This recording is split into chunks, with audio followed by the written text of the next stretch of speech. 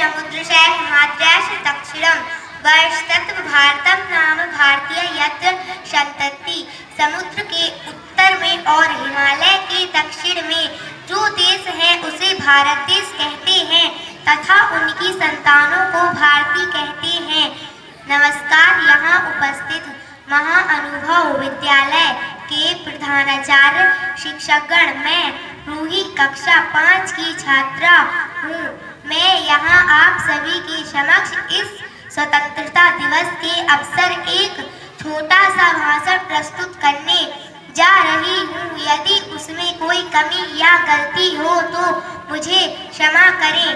देशभक्ति क्या है? यह देशभक्ति जब तानाजी छत्रपति शिवाजी महाराज के स्वराज्य का सपना अपने कंधों पर उठाते हैं, वह है असली देशभक्ति। जब जमशेदजी टाटा देश में रोजगार सृजन हेतु स्वयं की संपत्ति समर्पित कर देते हैं, वह है असली देशभक्ति।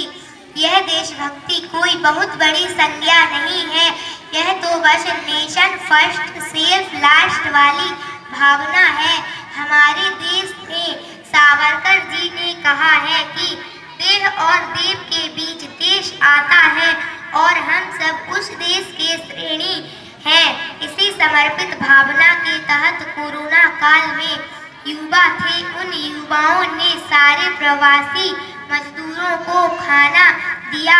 हमारे छोटे विद्यालय के बच्चे अपना सारा कचरा कूड़ेदान में फेंक रहे हैं। स्वच्छ भारत के तहत मुझे इस बात पर कोई आशंका नहीं है कि हम सब देशभक्त हैं या नहीं।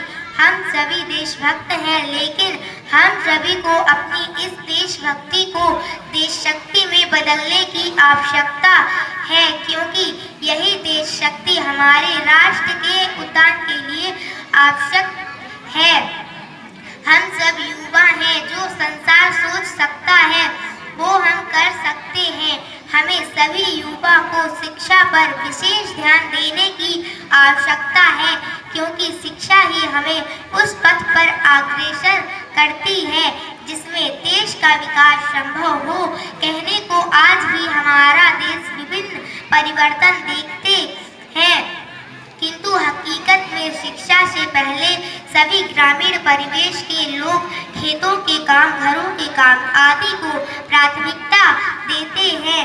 लड़कियां घर के काम काज में लगी हुई हैं, जिनके कारण पढ़ाई उनसे दूर होती चली जा रही है। जो लड़कियां पढ़ना चाह रही हैं, उनके परिवारजन से ही उनकी शादी कराने पर जोर दे रहे हैं। क्या ये हमारी जिम्मेदारी नहीं है कि व्यवस्था को जो लड़कियां शिक्षा पर प्रश्न लगाती हैं को खत्म किया जाए? ये हम सब की एक नैतिक जिम्मेदारी है कि हमारे घर में, पड़ोस में, गांव में कोई भी लड़की शिक्षा से वंचित न रह जाए। हम प्रतिज्ञा करें कि स्वच्छता को अपनाएंगे, कूड़े को कूड़ेदान में फेंकेंगे, सरकारी संपत्ति को नुकसान नहीं पहुंचाएंगे, सत्य के प्राप्त अधिकारियों के साथ साथ मिलकर नैतिक कर्तव्य को अमल करेंगे।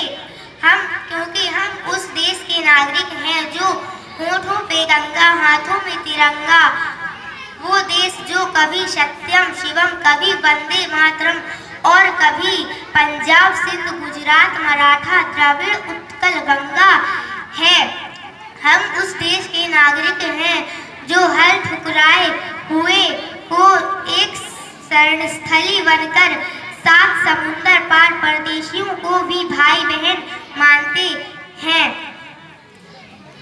और वह भारत देश कहलाता है। जय हिंद।